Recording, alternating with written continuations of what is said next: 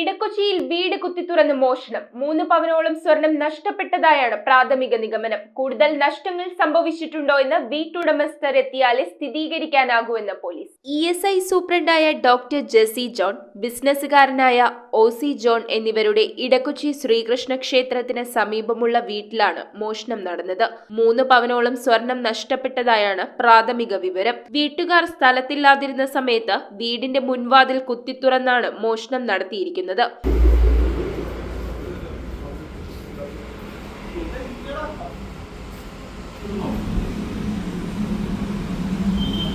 വീടിനുള്ളിൽ മുളകുപൊടിയും വീടിനു പുറത്ത് വാതിലിന് സമീപം മഞ്ഞൾപ്പൊടിയും വിതറിയ നിലയിലാണ്. വീട്ടുടമസ്ഥന്റെ ഡ്രൈവർ മാത്രമാണ് മോഷണ സമയം വീട്ടിലുണ്ടായിരുന്നത്.